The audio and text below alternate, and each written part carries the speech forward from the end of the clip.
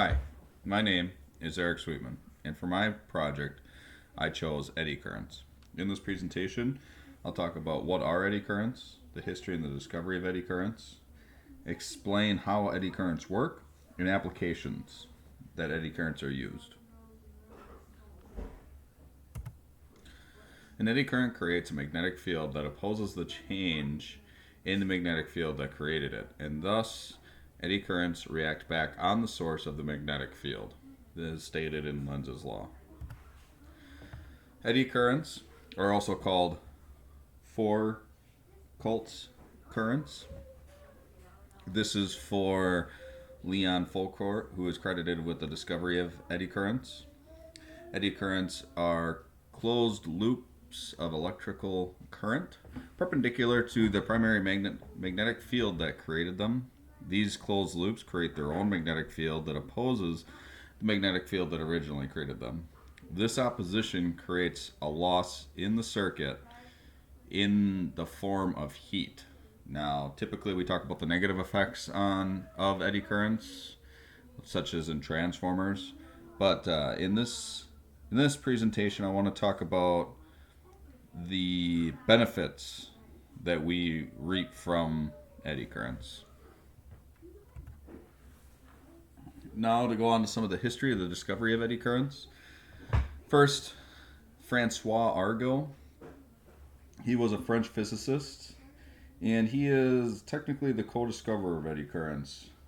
This is based off of his experiments that he conducted. One of those experiments is called Arago's rotation. Basically what he did was he took a disc, like a brass disc, and then he took a magnet, and he put the magnet right above the brass disc, but they weren't touching, and then started spinning the magnet. And what happened was the magnet would spin, and then the disc started to spin, even though they weren't touching. This is all due to eddy currents. Next would be Michael Faraday. He was an English scientist. He actually had little formal education, but he is one of the most influential scientists ever. This is due to his research, which includes magnetic fields around a conductor and electromagnetic induction. He also laid the groundwork for the electric motor and popularized terms such as anode, cathode, electrode, and ion. Next, Heinrich Lenz. He was a Russian physicist. He was also the dean of mathematics and physics at the University of St. Petersburg, and he was the one that developed Lenz's law. And then Leon Foucault. He was a French physicist. He is credited for the discovery of eddy currents, but like I stated before, it's technically a co-discovery because of Arago's research and experiments that he had conducted. He did discover, however, that eddy currents generated heat, and he also developed early methods on measuring the speed of light. He did so, though, again, by using experiments that Arago had first created. Alright, next I'd like to show you an experiment that I did at my own home to demonstrate eddy currents. So as the video is playing, I'll explain it. So here you have, I took a quarter and a magnet. I put these bushings on there just for visual effects so you could see them better. You have a piece of aluminum here, and I put it at a fairly steep angle, and I'm representing that with the quarter. I'm showing you how steep it is, because what I'm going to do is I'm going to put it at the top, and now let's just watch it fall. See how fast it went? I mean, it's pretty much like I dropped it out of midair. Not much resistance there holding it back. Now here's a magnet. Watch what it does. See how it goes down at a much slower rate than the quarter? So what's going on here? Well, basically, eddy currents are going on here. So here I have a diagram of what's going on in the aluminum and on the magnet. This would be your aluminum piece of flat stock, and this is the magnet that I would have dropped. So as the magnet is sliding down, it's inducing its magnetic field into the aluminum, which is creating a voltage within the aluminum. This voltage creates a current, and this current is what we refer to as eddy currents. So depending on the direction of the current, depends on which way the magnetic field is going to face that the eddy current creates. So using the right hand rule, you can determine based off the current direction which way this magnetic field is facing. And basically it's opposing, this magnet, and this is the magnet that created it.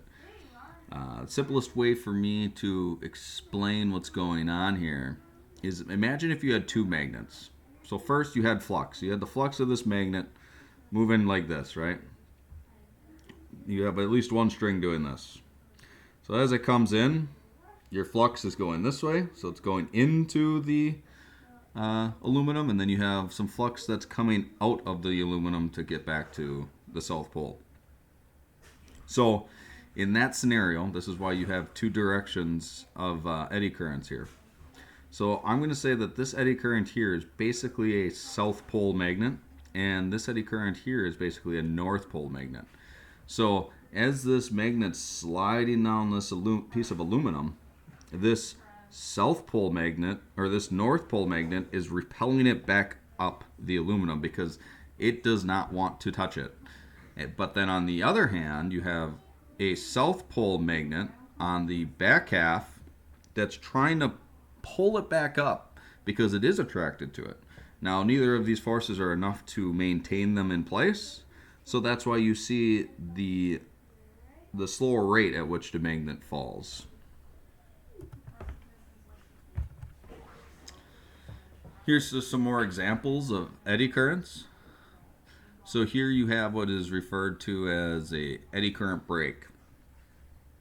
So this shaft would be attached to like the end of a hoist, and then this disc would go in between this magnet.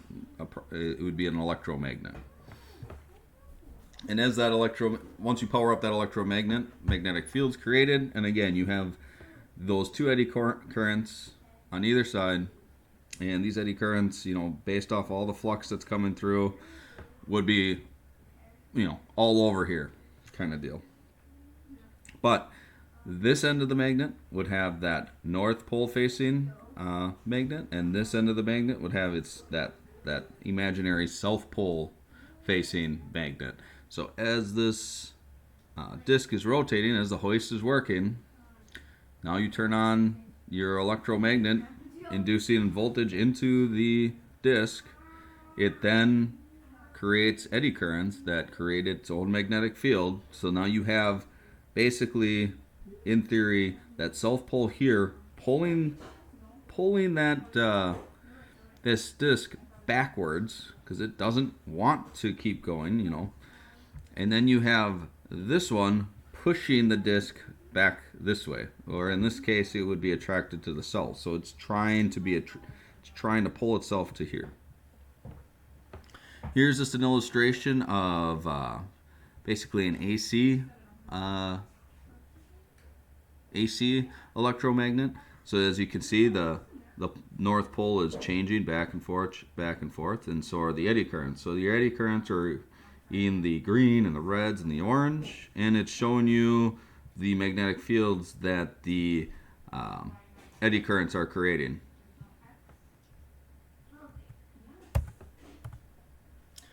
Here are some applications. I've already talked about the braking applications of eddy currents.